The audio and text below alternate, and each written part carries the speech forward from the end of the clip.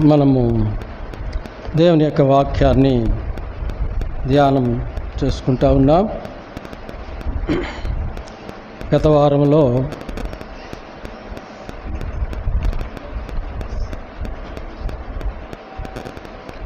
కీర్తనల గ్రంథము 40వ అధ్యాయము. కీర్తనల గ్రంథము 40వ అధ్యాయం 1-2 వచనాలు చదువుకున్నాం.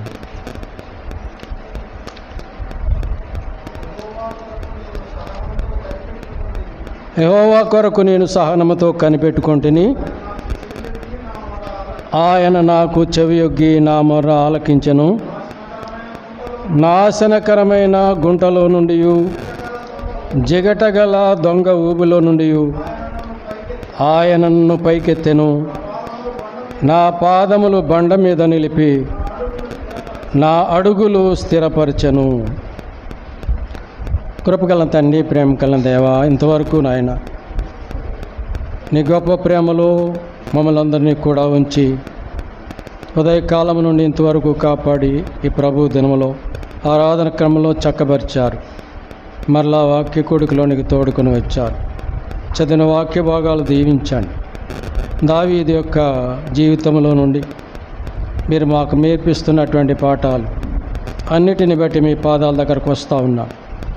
ఈనాడు నాయన మేము వాటిని జాగ్రత్త పడి వేటి నుండి మేము విడిపడాలో, వేటిని మేము కలిగి ఉండాలో అన్నీ కూడా ఆత్మ పరిశీలన చేసుకుని ఈ దినాల్లో కొనసాగటానికి, ఈ యొక్క నీ రాకడ గుర్తులు జరుగుతున్న దినాలు, ఈ భయంకరమైన దినాల్లో మేము ఉంటుండగా మీరే సహాయం అనుగ్రహించమని ప్రార్థిస్తూ ఉన్నాం. నాయనా, చేరువచ్చిన ప్రతి ఒక్కరిని దీవించండి.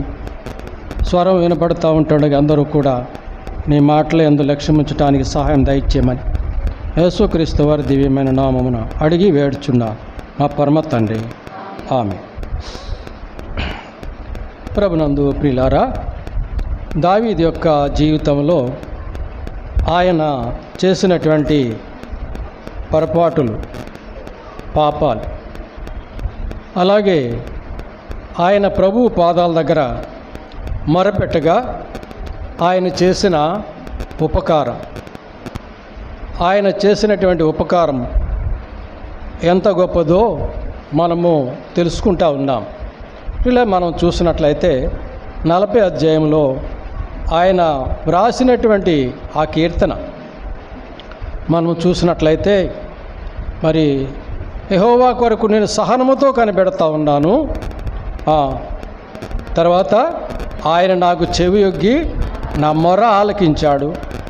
నాశనకరమైన గుంటలో నుండి, జిగటగల దొంగ ఊబిలో నుండి నన్ను, నా పాదాలు బండ మీద నిలిపాడు, నా అడుగులు నాటి నుండి దావీదు మరి ఏ విధమైనటువంటి పొరపాటు కానీ పాపము కానీ చేయకుండా స్థిరపరచబడి బండ మీద నిలుచున్న విధానం కనబడుతూ ఉంది.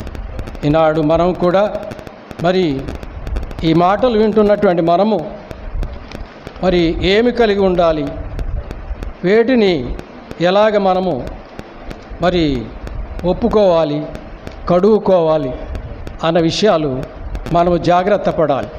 ఇవన్నీ కూడా మన కోసమే వ్రాయించి పెట్టారు.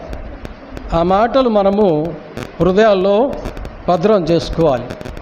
ఆయన చేసినటువంటి మరి 4 పాపాలు, తప్పిదాలు మనం చూస్తున్నట్లయితే, మొదటిది బెత్షెబతో పాపం, రెండవది ఉరియాను చంపుట, మూడవది మందసమును తిరిగి తెచ్చుటలో పొరపాటు, నాలుగవది జనసంఖ్య చేయుటలో సాతాను యొక్క ప్రేరణ కలిగి చేస్తాడు.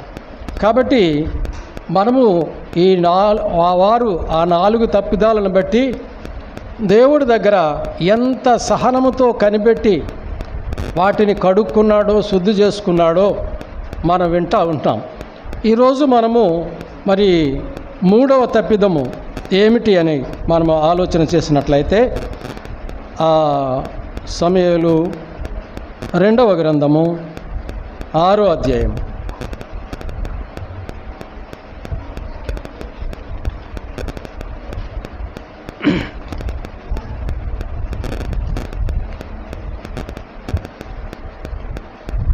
సమూయేలు రెండవ గ్రంథము 6వ అధ్యాయం ఒకసారి చూద్దాం. చూడండి, తీసారా? అంతే, 1 నుంచి 8 వచ్చిన భాగాలు చదువుకుందాం. చదవండి.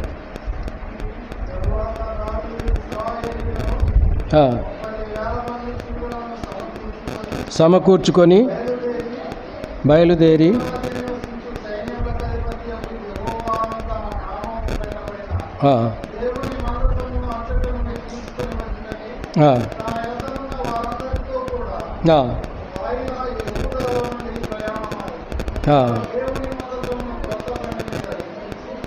ఎక్కడ చూడండి, ఆ క్రొత్త బండి మీద ఎక్కించి గిబియాలోనున్న అబినాదాబు యొక్క ఇంటిలో నుండి తీసుకొని రాగా, అబినాదాబు కుమారులకు ఉజ్జాయును హాయోయును ఆ క్రొత్త బండిని తోలిరి. దేవుని మందసము గల ఆ బండిని గిబియాలో నుండి అబినాదాబు ఇంటిలోని తీసుకొని రాగా, అయ్యో దాని ముందర నడిచెను. దావీదును ఇశ్రాయేలులందరూ సరళ వృక్షపు కర్రతో చేయబడిన నానా విధములైన సితారాను, స్వరమండలములను, తంబురలను, మృదంగములను, పెద్ద తాళములను వాయించుచు యెహోవా సన్నిధిని నాట్యము చేయుచుండిరి. వారు నాకోను కళ్ళము దగ్గరకు వచ్చినప్పుడు ఎడ్లకు కాలు జారినందున ఉజ్జా చేయి చాపి దేవుని మందసమును పట్టుకొనగా, దేవుని కోపము ఉజ్జా మీద రగులుకొనెను. అతడు చేసిన తప్పును బట్టి దేవుడు ఆ క్షణమందే అతని మొత్తగా, అతడు అక్కడనే దేవుని మందసమునొద్ద పడి చనిపోయెను. యెహోవా ఉజ్జాకు ప్రాణోపద్రవము కలుగజేయగా, దావీదు వ్యాకులపడి ఆ స్థలమును పేరేజ్ ఉజ్జా అను పేరు పెట్టెను. ప్రియులారా, మనము అసలు మందసం అంటే ఏంటో తెలియాలి. మరి చాలామందికి మరి కొత్తవారు వస్తూ ఉన్నారు, మందసం గురించి తెలియదు. మందసం అంటే ఏంటి మనము తెలుసుకోవాల్సిన వారమై ఉన్నాం. మరి హెబ్రీ పత్రిక 8వ అధ్యాయము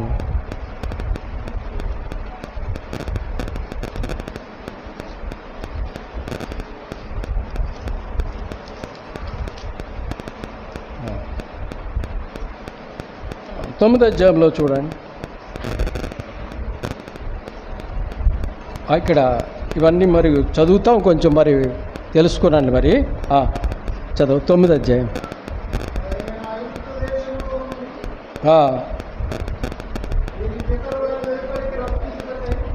అవి హెబ్రీ పత్రిక 9వ అధ్యాయము మొదటి నుంచి కొంచెం చదవండి. మరి వాళ్ళు తెలియదు కదా, చదువుకున్నాం. మొదటి నిబంధనకైతే సేవా నియమములను ఈ లోక సంబంధమైన పరిశుద్ధ స్థలమును ఉండెను. ఎలాగనగా మొదట ఒక గుడారం ఏర్పరచబడెను, అందులో దీపస్తంభమును బల్లయు దాని మీద ఉంచబడిన రొట్టెలను ఉండెను. దానికి పరిశుద్ధ స్థలమని పేరు. రెండవ తెర కావల అతి పరిశుద్ధ స్థలమను గుడారం ఉండెను. అందులో సువర్ణ ధూపార్తియు అంతటను బంగారు రేకుతో తాపబడిన నిబంధన మందసమును ఉండెను. ఆ మందసములో మన్నాగల బంగారు పాత్రయు, చిగిరించిన అహారోను చేతికర్రయు, నిబంధన పలకలను ఉండెను. దానిపైని కరుణాపీఠమును కమ్ముకొనుచున్న మహిమల గల కెరూబులుండెను. వీటిని గూర్చి ఇప్పుడు వివరింపబడ వల్లదు అని ఆయన తెలియజేస్తూ ఉన్నాడు. ప్రియులారా, ఇక్కడ మనము చూస్తాం కదా ఈ మాటలు. మరి ఈ యొక్క నిబంధన మందసములో ఏముంటుందో చూసాం. కాబట్టి మరలా ఇంకొక మాట కూడా మనం మరి చూడాలి. ద్వితీయోపదేశకాండ గ్రంథము 31వ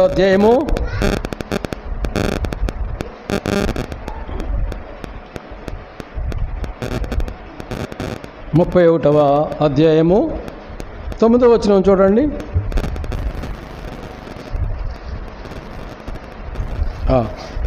31:9.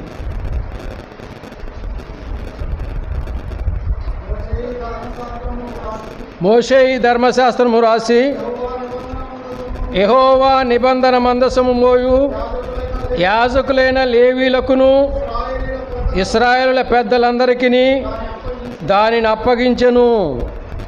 25వ వచనం.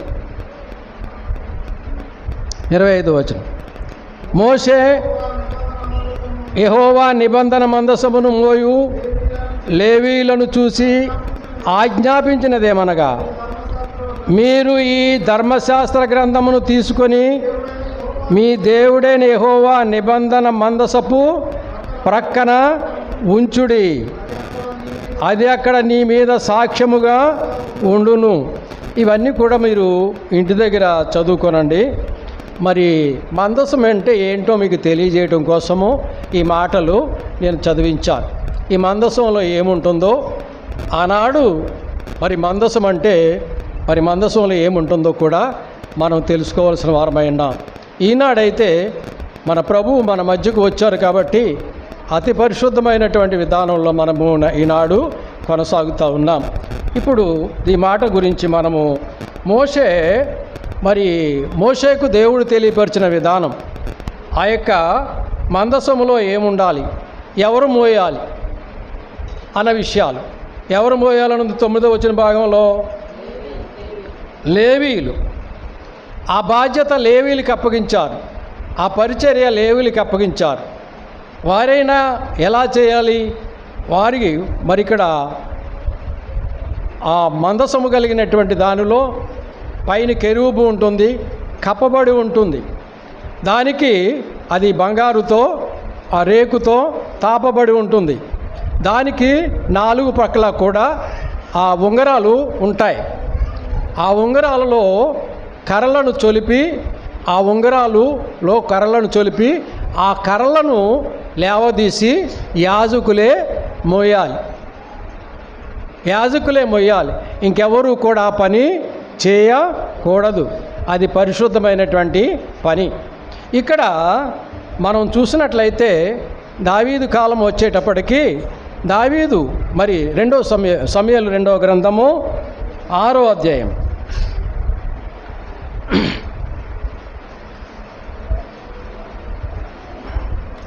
6వ అధ్యాయంలో మనం చూద్దాం.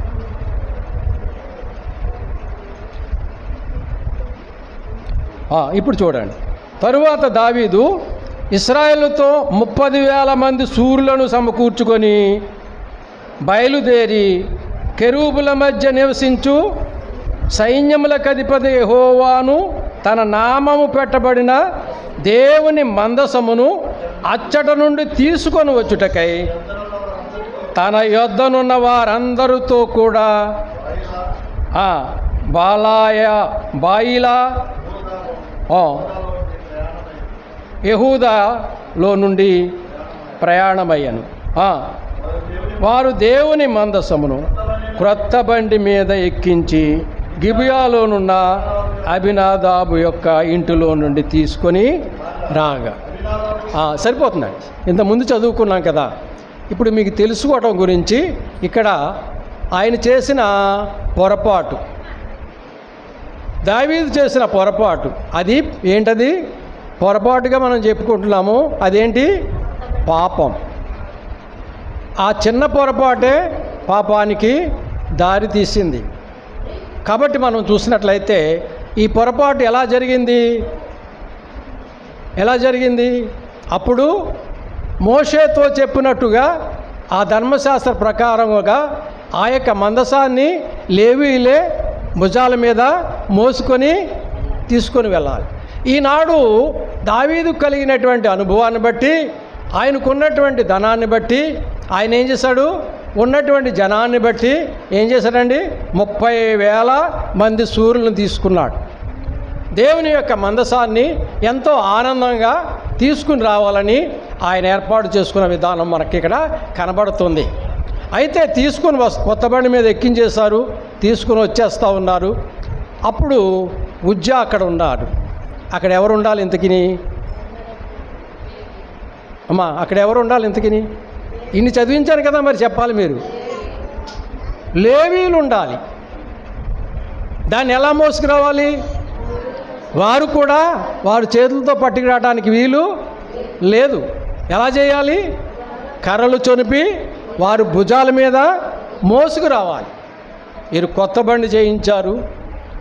వారు తీసుకొని బండి మీద ఎక్కించుకొని, ఇప్పుడు ఎద్దు కాలు జారింది. బండి తోలుతూ ఉన్నప్పుడు మందసము ప్రక్కనున్న ఉజ్జా ఏం చేశాడు? ఆ మందసం మీద చెయ్యి, అది దేవుని మందసం, చేతితో తాకకూడదు. దానిని ఏం చేశారండి? తాకాడు. ఏమయ్యాడు? ప్రియులారా, ఏమీ లేదు, పాపమే, ఏమీ లేదు, చిన్న పొరపాటే. కాబట్టి దావీదు చేసిన 3వ పొరపాటు ఇది. కాబట్టి మనం చూసినట్లయితే ఇవి అన్నీ కూడా మరి మనం చూసినట్లయితే యెహోషువ గ్రంథంలో కూడా అది మనకు కనబడుతూ ఉంది. 3వ అధ్యాయంలో. అది ఇంటి దగ్గర చదువుకోరండి, మీకు తెలియపరుస్తున్నా. ఇంటి దగ్గర చదువుకుంటే అర్థమవుతుంది. యెహోషువ గ్రంథంలో కూడా ఎలా తీసుకొని వెళ్ళాలో యెహోషువ కూడా యోర్దాను నది దాటినప్పుడు తీసుకొని వస్తాడు. యోర్దాను నది దాటినప్పుడు ఎవరు తీసుకొని వచ్చారు? సరే, అది కూడా చదువుకుందాం. మరి చూడండి, మరి ఎక్కువ ఉందా? యెహోషువ గ్రంథం 3వ అధ్యాయం.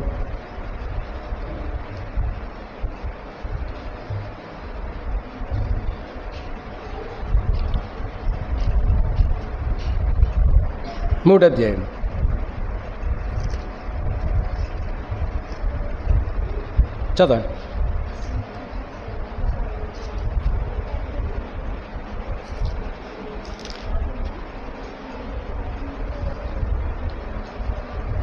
యెహోషువ మొదటది. యెహోషువ వేకువన లేచినప్పుడు 3వ అధ్యాయం మొదటి నుంచి చదువుతున్నా. యెహోషువ గ్రంథం 3వ అధ్యాయం.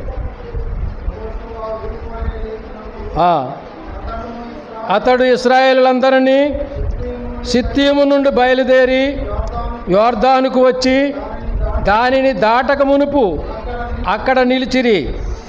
3 దినములైన తరువాత నాయకులు పాలెములో తిరుగుచూ జనులకు ఇలాగ ఆజ్ఞాపించిరి: మీరు మీ దేవుడైన యెహోవా నిబంధన మందసమును యాజకులైన లేవీలు మోసుకొని పోవుట చూచినప్పుడు మీరున్న స్థలములో నుండి బయలుదేరి దాని వెంబడి వెళ్ళవలను. మీకును దానికిని దాదాపు 2,000 కొల మూరలు ఎడముండవలను. అదంతా కూడా సరిపోతుందండి. అదంతా కూడా తర్వాత మనము కావలసినవన్నీ కూడా మనము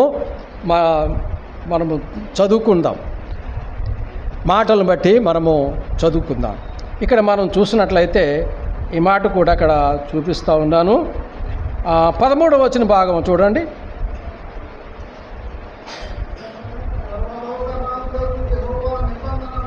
సర్వలోకనాథుడగు యెహోవా నిబంధన మందసమును మోయు యాజకులు అరికాళ్ళు యోర్దాను నీళ్లను ముట్టగానే యోర్దాను నీళ్లు అనగా ఎగువ నుండి పారు నీళ్లు ఆపబడి ఏకరాశిగా నిలిచిపోయాయి. ఇప్పుడు 10వ వచనం చదవండి.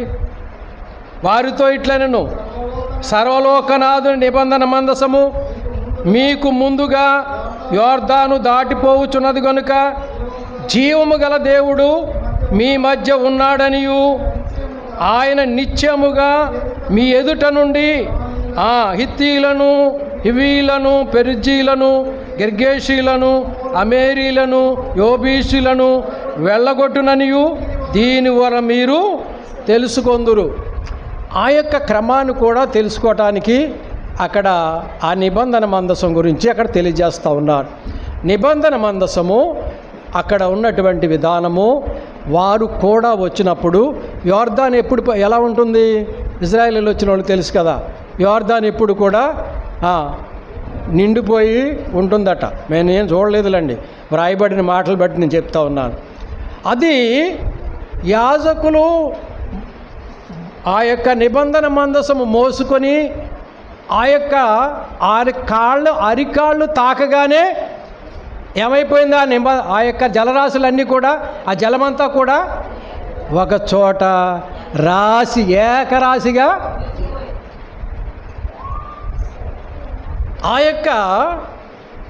ఆ యోర్దాను నది మరి ఎంత పెద్ద నదో. యోర్దానికి ఇంకో పేరేంటి, యోర్దాను నది దాటడం అంటే ఇంకో పేరేంటి, మరణము నుండి దాటుతా. అక్కడి వరకు వచ్చారు, అక్కడి నుంచి దాటి రావాలి, యోర్దాను దాటి రావాలి. అక్కడి నుంచి వారందరూ కూడా ఎలా వస్తారు, దాటలేరు. కాబట్టి నిబంధన మందసము యాజకులు తీసుకొని వచ్చి వారి అడుకాళ్ళు తాకగానే వారి నీళ్ళన్నీ కూడా అప్పుడు ఆ ఇశ్రాయేలు జనాంగమంతా కూడా వారి వెంబడి మరలా ఈవలికి వచ్చారు.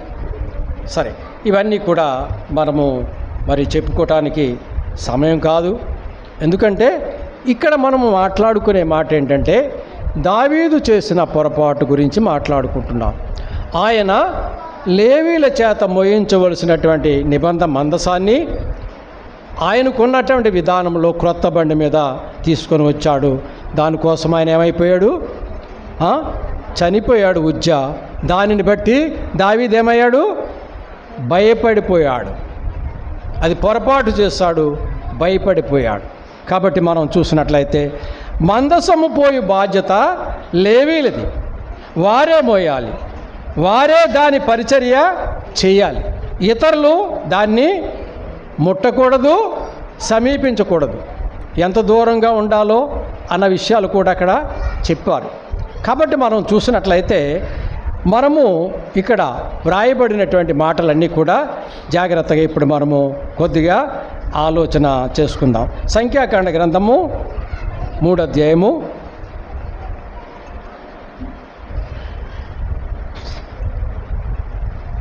ఆ మాటలు కూడా చూద్దాం. సంఖ్యాకాండ గ్రంథంలో వ్రాయబడినటువంటి మాట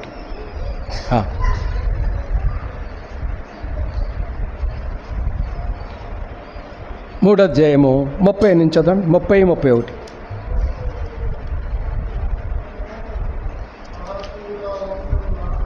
ముప్పై 31 వచ్చిన భాగం చదువుకుందాం. చూడండి, అందరూ తీసుకున్నారా? కహాతీల వంశముల పితరుల కుటుంబమునకు ప్రధానుడు ఉజ్జియేలు కుమారుడైన ఎలీషాపాను. వారు మందసము, బల్ల, దీపవృక్షము, వేదికలు, తాము సేవ చేయు పరిశుద్ధ స్థలములోనికి ఉపకరణములు, అడ్డతెరయు కాపాడి దాని సమస్త సేవయు జరపాలి. వారే జరపాలి. ఆ సేవ అంతా కూడా వారే జరపాలి. ఇతరులు ఎవరు కూడా ముట్టకూడదు అన్న విషయాలు. 4:12 కూడా చూడండి. 4:12 పక్కపక్కనే ఉంటాయి. 4:12 మరియు తాము పరిశుద్ధ స్థలములో సేవ చేయు ఆ ఉపకరణములన్నిటినీ వారు తీసుకొని నీలి బట్టలో ఉంచి సముద్రవచ్చల చర్మముతో కప్పి వాటిని దండె మీద పెట్టవలెను. దండె మీద పెట్టవలెను. తరువాత 7వ అధ్యాయము 9వ వచన భాగం. 7వ అధ్యాయము 9వ వచన భాగం. కహాతీలకు ఇయ్యలేదు. ఏలయనగా పరిశుద్ధ స్థలపు సేవ వారిది, తమ భుజము మీద మోయుటయే వారి పని గనుక వారికి వాహనములను నియమింపలేదు. అందరికీ కూడా మందిరంలో పనిచేసే వారందరికీ కూడా వాహనాలు నియమించారు. వాహనాలు ఇచ్చి వాళ్ళ ద్వారా మోయించమని ఒక బండిని 2 ఎడ్లను వారు ఇస్తూ ఉన్నారు. కానీ ఈ యొక్క కహాతీలకు మాత్రము వాహనాలు ఇవ్వలేదు. వీరి పనేంటి? భుజాల మీదే వారు మొయ్యాలి. ఎక్కడికి వెళ్ళినా ఆ భుజాల మీదే మోసుకుని వెళ్ళాలి. ఇంత తెలిసిండి కూడా దావీదేమయ్యాడు? పొరపడ్డాడు. పొరపడిన విధానాన్ని బట్టి ఇక్కడ ఇబ్బంది కలిగింది కాబట్టి మనం ఇక్కడ చూడగలుగుతూ ఉన్నాం. ప్రియులారా, మనం ఇక్కడ ఆలోచన చేసినట్లయితే మరి లేవీయులు చేయవలసినటువంటి పని ఆ భాగంలో ఉజ్జా ఉన్నాడు. ఎవరు పని చేసే దగ్గర వారే ఉండాలి. ఇప్పుడు కుక్క చేసే పని గాడిద చేయొచ్చా? గాడిద చేసే పని కుక్క చేయొచ్చా? చేయకూడదు. ఏం జరిగింది? ఎందుకంటే ఆ రెండేళ్ళు చెప్తే దేనికోసం? ఇంతకుముందు మన కథ ఉంది, కథ ఉంది కదా, దానికోసం చెప్పాను. ఆ కథ చెప్పడం కాదు. కాబట్టి మనం చూసినట్లయితే ఎవరు చేయవలసిన పని వారు చేయాలి. ఇప్పుడు వాటిని మన కోసం ఎందుకు రాయించి పెట్టారంటే మనం ఈనాడు ఎలా ఉండాలి, మన జీవితాలు ఎలా ఉండాలి, మన పరిశుద్ధత ఎలా ఉండాలి, మనము మందిరంలో ఎలా ఉండాలి అన్న విషయాలు మనము తెలుసుకోవటం కోసం. ఎవరు ఎక్కడ ఉండాలి, ఈనాడు సంఘాల్లో ఎవరి స్థానం ఏంటో వారు తెలుసుకొని మనము అక్కడ ఉండవలసిన వారమై ఉంటూ ఉన్నాం. మనము ఆ పనంతా ఈ పనంతా ఎందుకు చేయలేము? చేయగలరు, కానీ చేయొచ్చా? చేయకూడదా? అది భుజాల మీద మోసుకుని రావాల్సింది క్రొత్త బండి చేయించాడు. 30,000 మంది సైన్యాన్ని తీసుకెళ్ళాడు. ఎంతోమందిని అక్కడ వాయిద్యాలు కూడా తీసుకుని వెళ్ళి దేవుని మందసాన్ని ఎంతో నేను ఘనపరుస్తూ తీసుకురావాలనుకున్నాడు దావీదు. ఆ ఘనతను దేవునికి మరి నాట్యం చేస్తూ రావాలనుకున్నాడు. ప్రియులారా, దానిని బట్టి ఏమైంది? మన మీకాలు ఏమని చేసింది? మీకాలు ఏమైంది? దావీదుని చూసి ఏమన్నది? మీకాలు అపహాస్యం చేసింది. ఒక సామాన్యుడు చేసినట్లుగా నీవు బట్టలు తీసి నాట్యం చేస్తావా అని కిటికీలో నుంచి చూసి మీకాలు ఏం చేసింది? దావీదుని అపహాస్యం చేసింది. ఎక్కడ? తన పనికెత్తులు ఎదుట. దానిని బట్టి దేవుడు ఆమె గర్భాన్ని మూసివేశాడు. ప్రియులారా, మనం చూసినట్లయితే ఘనంగా తీసుకురావాలనుకున్నాడు, కానీ ఎలా తీసుకురావాలో అది పొరపాటు పడ్డాడు. కాబట్టి మనము జాగ్రత్త పడవలసిన వారమై ఉన్నాం. ఇక్కడ మనం చూసినట్లయితే కొరింథీ మొదటి పత్రిక, త్వరగా వెళ్దాం. కొరింథీ మొదటి పత్రిక, ఈ ఉపోద్ఘాతాలు మనం చెప్పుకోవటం బట్టి మనకు సమయం అంతా అయిపోతూ ఉంది. కొరింథీ మొదటి పత్రిక 7వ అధ్యాయం 24వ వచనం చూడండి. 7వ అధ్యాయము 24వ వచనం. సహోదరులారా, ప్రతి మనుషుడును ఏ స్థితిలో పిలువబడినో ఆ స్థితిలోనే దేవునితో సహవాసము కలిగి ఉండవలను. దేవుడు మనల్ని ఏ స్థితిలో పిలిచాడో, ఎలా ఉన్నప్పుడు పిలిచాడో, ఏం చేయమని చెప్పాడో ఆ పనులే మనం ఏం చేయాలా? చెయ్యాలి. మన స్థితి అడగాలి. అంటే ఇప్పుడు మనం మాట్లాడుకునేదంటే మన స్థితి ఏంటి, మనం ఎంతవరకు చేయాలి, ఏ పని చేయాలి, మనం ఆలోచన చేసుకోవాలి.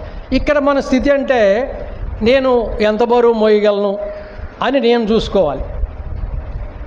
మన యొక్క స్థితి ఏంటంటే ఇంకా మనం చూసినట్లయితే నేను ఆ పని చేయగలనా చేయలేనా అని మనం చూసుకోవాలి మన స్థితి.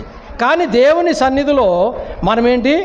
ఆ పని మనము చేయవచ్చా చేయకూడదా, దేవుడు మనల్ని ఏ స్థితిలో పిలిచాడు, మనము ఈ మందిరంలో ఏం పని చేయాలి అన్న విషయాలు మనము ఆత్మ పరిశీలన చేసుకోవాల్సిన వారమై ఉంటూ ఉన్నాం. ఇప్పుడు మనము మరి 17వ వచన భాగం చూడండి. 17వ వచన భాగం అక్కడే కొరింథీ మొదటి పత్రిక 7వ అధ్యాయము 17వ వచన భాగం. అయితే ప్రభు ప్రతివానికి ఏ స్థితి నియమించునో, దేవుడు ప్రతివానిని ఏ స్థితి యందు పిలిచెనో ఆ స్థితి యందే నడుచుకొనవలెను. ఈ ప్రకారమే సంఘములన్నిటిలో నియమించుచున్నారు. మరి ఇంత ఖచ్చితంగా దేవుడు వ్రాయించి పెట్టాడు ప్రియులారా.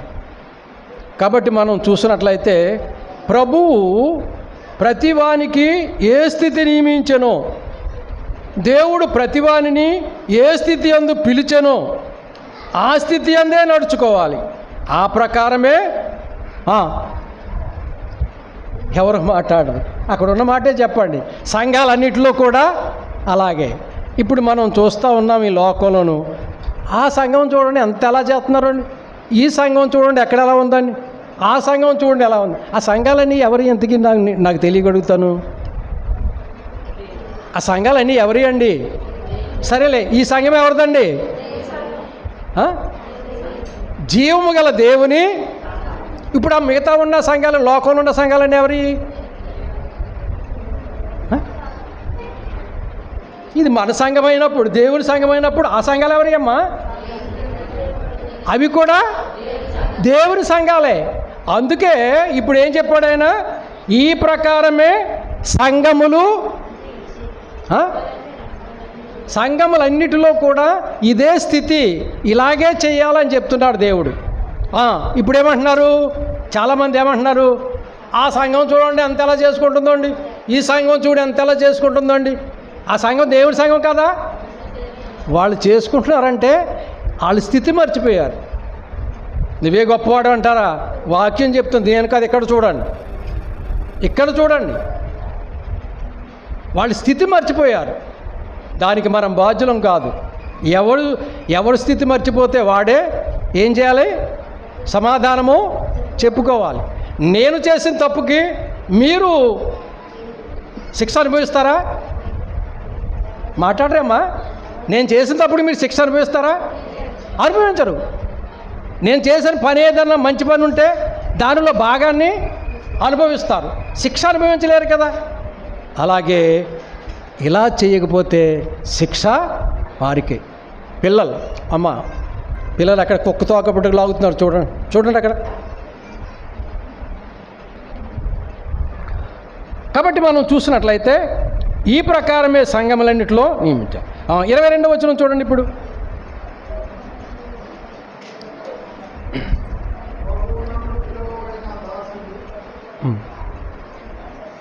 సరే, ఇక్కడ 18 నుంచి కూడా కొనసాగుతాం. చూడండి, 18 చదువుకుందాం, మొత్తం అన్నీ చెప్పటం.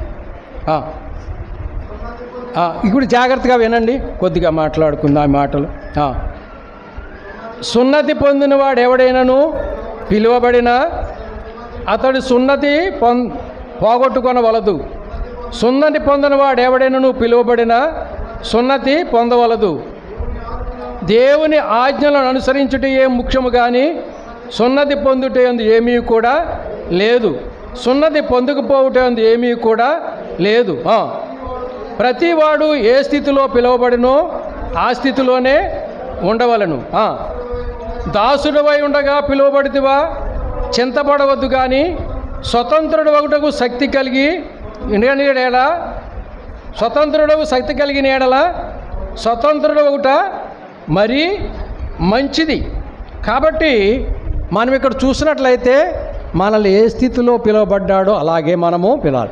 ఈనాడు చాలామంది ఏంటంటే అప్పుడు సున్నతి సంస్కారం ఉంది కదా అండి, ఇప్పుడు ఎందుకు చేయరని కొంతమంది. వాదనలు ఎన్నో ఉన్నాయి, వాదాల గురించి మనం చూస్తూ ఉంటాం. ఇవన్నీ కూడా చేయమన్నాయి చేయకుండా లేనిపోని వాదాలు పెట్టుకొస్తూ ఉన్నారు. ఆనాడు పౌలు గారికి కూడా అదే ఎదురైంది. పౌలు గారు యూదుడు, ఆయన సున్నతి పొందాడు. ఇప్పుడు యేసుక్రీస్తు ప్రభు ఈ లోకంలోకి వచ్చిన తర్వాత ఆ మాటలు ఎరిగి దానిని బట్టి సున్నతి పొందకపోవటమందు ఏమీ లేదు, పొందిన ఏమీ లేదు. కాబట్టి పొందాలన్న విషయాలు ఏమీ మీరు పెట్టుకోవద్దు, మీరు కోలాహలం పెట్టుకోవద్దు, దేవుని నమ్ముకోవటమే ముఖ్యమని అక్కడ తెలియజేస్తూ ఉన్నాడు. ఈనాడు అప్పుడు సున్నతి సంస్కారము, ఈనాడేంటండి? బాప్తిస్వం. అప్పుడు సున్నతి సంస్కారం. ఇప్పుడు ఈనాడు లేదు. యేసుక్రీస్తు ప్రభు వచ్చిన తర్వాత అలా చేస్తారు. ఆనాడు మనం చూసినట్లయితే ఆ లేవీలు ఏం చేసేవారు? చెప్పుకున్నాం కదండి. లేవీలు ఏం చేసేవారు? ఆ మందసాన్ని వాళ్ళు తప్ప మీకు ఎవరు కూడా మొయ్యకూడదు. ఈనాడు రక్షింపబడిన, మారు మనసు పొంది, పాపక్షమాపణ కలిపి, ఆయన రక్తంలో కడగబడి బాప్తిసం పొందిన ప్రతి ఒక్కరూ కూడా దేవుని సువార్త ప్రకటించవచ్చు. ఊరంతా తిరిగి ప్రకటించవచ్చు. అందరూ ప్రకటించవచ్చు.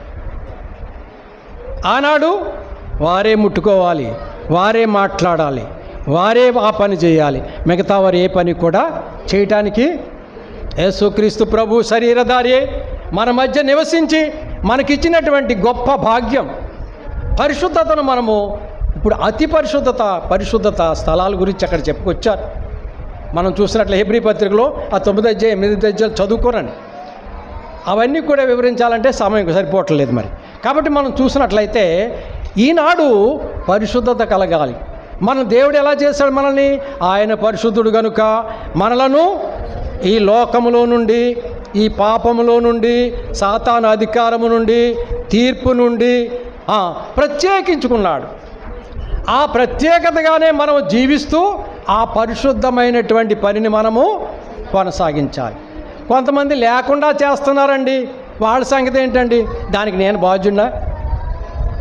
చెప్పండి. వాళ్ళు అలా చేస్తున్నారండి అంటే నేను బాధ్యుని కాదు. నువ్వు ఇలా చేస్తున్నావు ఏంటంటే నేను బాధ్యుని అవుతాను. కాబట్టి ఈనాడు ఏంటంటే వాళ్ళు అలాగండి, వీళ్ళు ఇలాగండి, అందరూ అలాగండి. మనము చూడవలసిన పని, మనం చేయవలసిన పని ఇది ఎలా చెప్తుంది? ఇది ఎవరన్నా వచ్చి మా సంఘంలో ఎలాగండి అంటే బైబిల్లో అది ఉందా అండి అని అడగండి. మీరు తప్పే ఉంది. అలా ఉంటే చూపించండి నాకు, అలా చేయొచ్చేమో. మేము ఇలాగే చేస్తున్నామండి. దానికి వాళ్ళే బాధ్యులు, మనం ఎందుకు బాధ్యులు అవుతాం? దీంట్లో ఉంటే ఆ ప్రకారంగా చేయమంటున్నాడు. ఆ ప్రకారంగా చేయాలి. మనం ఏ ప్రకారంగా చేయమన్నాడో దేవుడు ఆ ప్రకారంగానే చేయాలి. మనము శాపము కొని తెచ్చుకోవద్దు. ఇక్కడ దావీదు అనుభవంలో మనకు తెలియజేస్తూ ఉన్నాడు. సహోదరులారా, ప్రతి మనుషుడును ఏ స్థితిలో పిలువబడ్డాడో ఆ స్థితిలోనే మనం చూసినట్లయితే ప్రతి ఒక్కరము కూడా సంఘాలలో నియమించబడినటువంటి విధానాలను బట్టి మనము నడుచుకోవలసిన వారమైనా. లేవీలు భుజం మీద ఉండవలసిన మందసము ఎక్కడ ఉన్నది? బండి మీదకి వెళ్ళింది. బండి మీదకి వెళ్ళారు. ఈనాడు మనకు ఏదో కలిగి ఉందని మన ఇష్టానుసారంగా దానిని మనము చేసుకోకూడదు. కలిగి ఉంటే మనం ఉంచుకోవాలి. ప్రభువుని స్తుతించాలి. ప్రభువా, నాకు ఇంత ఘనత ఇచ్చావయ్యా, చాలా సంతోషం, జాగ్రత్త పెట్టుకో, వద్దంటలేదు నిన్ను. దేవుడు నిన్ను ఆశీర్వదించాడు. కానీ మనం ఏ పని చేయాలో అలాగే చెయ్యాలి. ఇప్పుడు రోమాపత్రిక 12వ అధ్యాయము, రోమాపత్రిక 12వ అధ్యాయం 12వ అధ్యాయము 6వ వచనం భాగం నుంచి చదువుకుందాం. మనకు అనుగ్రహింపబడిన కృప చొప్పున చదవండి.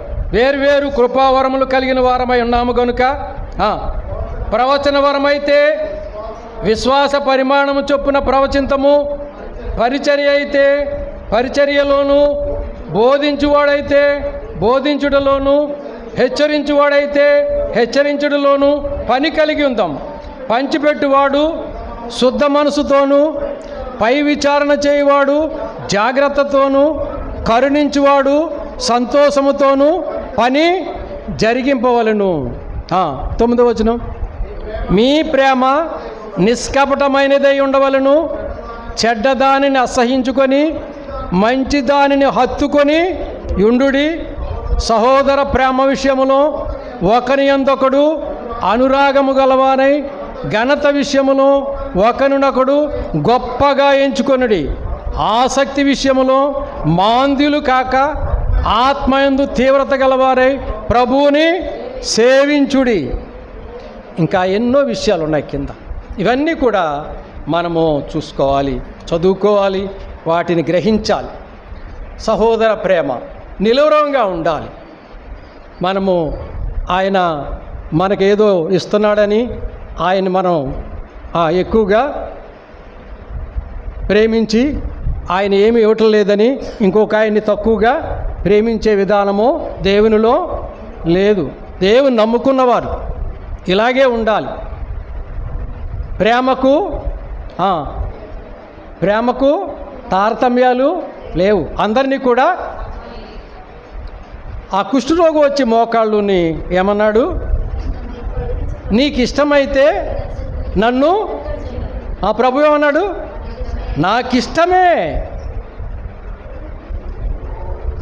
నాకిష్టమే నీకిష్టమైతే నీవు శుద్ధుడవు. ఆయన విశ్వసిస్తే, నీకు ఇష్టమైతే అంటే అర్థం ఏంటి, నీ విశ్వసించినట్లయితే. ఈనాడు మనము చాలామంది చెప్పుకుంటూ ఉంటారు, బలవంతం ఏమీ లేదు, ఇష్టపడితేనే.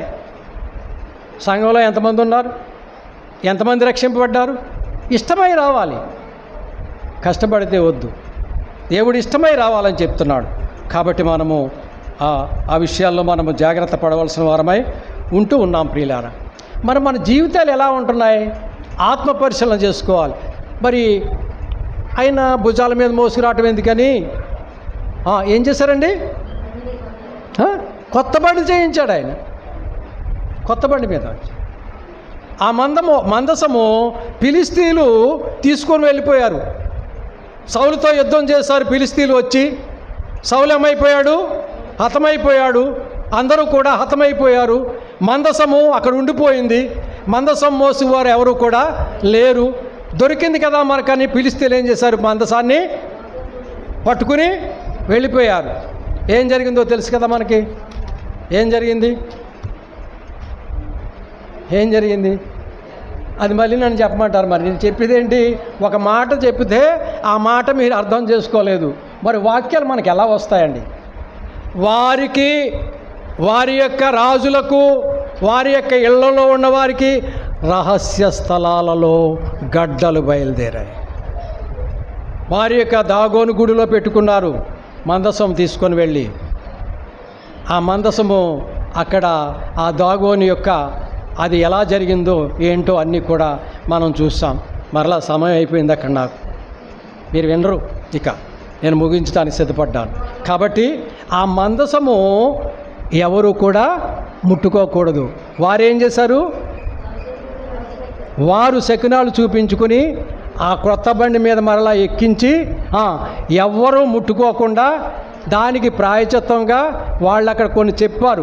పందికొక్కులను చేయించి, బంగారు పందికొక్కులను చేయించి దానిలో పెట్టి ఆ బెత్షెమెషుకు వెళ్ళి దారిలో మీరు వాడిని విడిచిపెట్టేయండి. కాడిమోయని పాడి ఆవులు. మనకెవరు చెప్పారు ఈ మాటలు? నేను ముందు చెప్పానండి, తర్వాత కూడా చెప్పానండి. తర్వాత చెప్పిన మాటలు కూడా మనకు లేవు, గుర్తులేవు. ఎవరు చెప్పారు? తిమ్మ సముద్రం నుంచి వచ్చినటువంటి కృపదానం గారు చెప్పారు. రాజవీధులలో పడి వెళుతూ అరుస్తూ వెళ్తూ ఉన్నాయి. సేవ చేసిన విధానం, పాలన గురించి, అన్నిటిని గురించి మనం 2-3 వారాలు దాన్ని కంటిన్యూ చేసి చెప్పుకున్నాం. ఇప్పుడు మనకి ఫ్రెష్ అయిపోయింది. కాడి మోయని పాడేవులు ఏంటో మనకి తెలియదు. అబద్ధాలరావు గారు ఎక్కడున్నాడు అడగండి, ఆయన చెప్తాడు. చక్కగా విన్నాడు ఆయన. ఆ మాటల గురించి ఆయన చెప్తాడు. పాడి ఆవుల గురించి ఎంత చక్కగా చెప్పుకొచ్చారు వాక్యమని ఆయన ఎంతో సంతోషించాడు. ఆయనకి ఏమర్థమైందన్నది మనకు కాదు, ఆయన సంతోషించినటువంటి విధానం.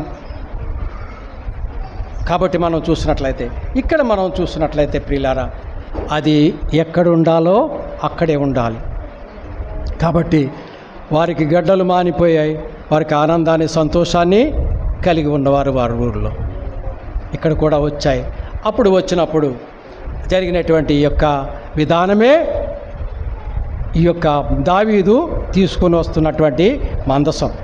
ఆనాడు చాలా కాలం వరకు కూడా ఆ మందసము ఇశ్రాయేలు జనాంగంలోనికి రాలేదు. తరువాత మరి దావీదు రాజు అయిన తరువాత అప్పుడు తీసుకొని రావటానికి ఏర్పాటు చేస్తాడు. అది తర్వాత భయమేసి ఆయనకి ఏం చేశారంటే ఉజ్జాను ఉజ్జా చనిపోయినప్పుడు ఎవరింట్లో ఉంచాడు? ఓబేదేదోము ఇంటిలో ఉంచాడు. ఆయన 3 నెలలు ఉంచేటప్పటికి, ఆయన ఇంటిలో 3 నెలలు ఉంచేటప్పటికి వారి కుటుంబం అంతా కూడా ఆశీర్వదింపబడింది.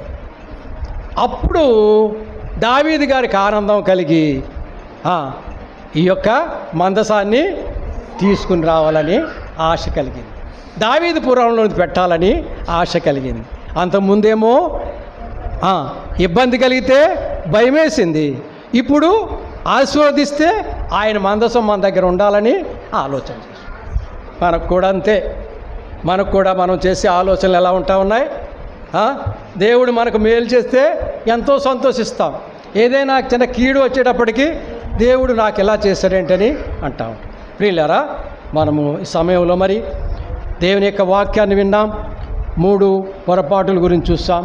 మరి బెత్షెబా పాపము, తరువాత దానిని బట్టి ఉరియాను హత్య చేయటము, 3వ పొరపాటు ఏం చేయండి, మందసము మోయుటలో పొరపాటు చేస్తాడు. ఇప్పుడు 4వది, మనం జనసంఖ్యను మరి లెక్కించమన్నాడు. జనసంఖ్య లెక్కించటంలో మరి సాతాను యొక్క ప్రేరేపణ దావీదుకున్నది. దానిని బట్టి దేవుడు గద్దించాడు. ఆ మాటలు కూడా రేపటి వారం ముగించుకుందాం. ఇప్పుడు ఈ మాటలు కొనసాగుతున్నాయి. చదువుకుని రండి, జాగ్రత్త పడండి. దేవుని యందు భయభక్తులు కలిగి నిత్య రాజ్య వారసులు అవ్వాలని కోరుతా ఉన్నాం. దేవుడు అటు కృపను అందరికీ అనుగ్రహించి కాపాడును కాక.